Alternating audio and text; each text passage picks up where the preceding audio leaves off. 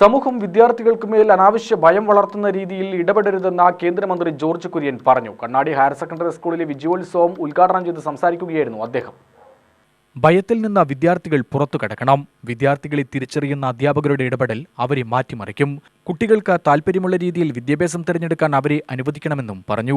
SSLC +2 പരീക്ഷയിൽ A+ നേടിയ വിദ്യാർത്ഥികൾക്കുള്ള മാനേജ്മെന്റ് കമ്മിറ്റിയുടെ സ്വർണ്ണ മെഡൽ വിതരണവും സ്കൂളിൽ ആരംഭിച്ച ജിംനേഷ്യം തുടങ്ങി മറ്റ് നവീന സംരംഭങ്ങളുടെ ഉദ്ഘാടനവും മന്ത്രി നിർവഹിച്ചു.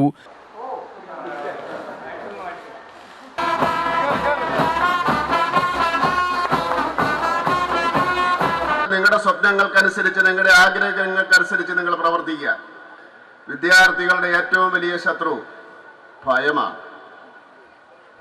അനാവശ്യമായിട്ടുള്ള കുറ്റബോധമാണ്.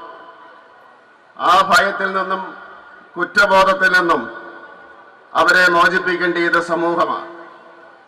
സമൂഹത്തിന്റെ അനാവശ്യമായിട്ടുള്ള ഇടപെടലുകൾ അവരെ ഭയത്തിലേക്കും അതുപോലെ തന്നെ അനാവശ്യമായിട്ടുള്ള കുറ്റബോധത്തിലേക്കും കൊണ്ടുപോകും. ആത്മാവും അതുപോലെ തന്നെ മനസ്സുമാണ് അധ്യാപകന്റെ മീഡിയം, മാധ്യമം എന്ന് പറയുന്നത്.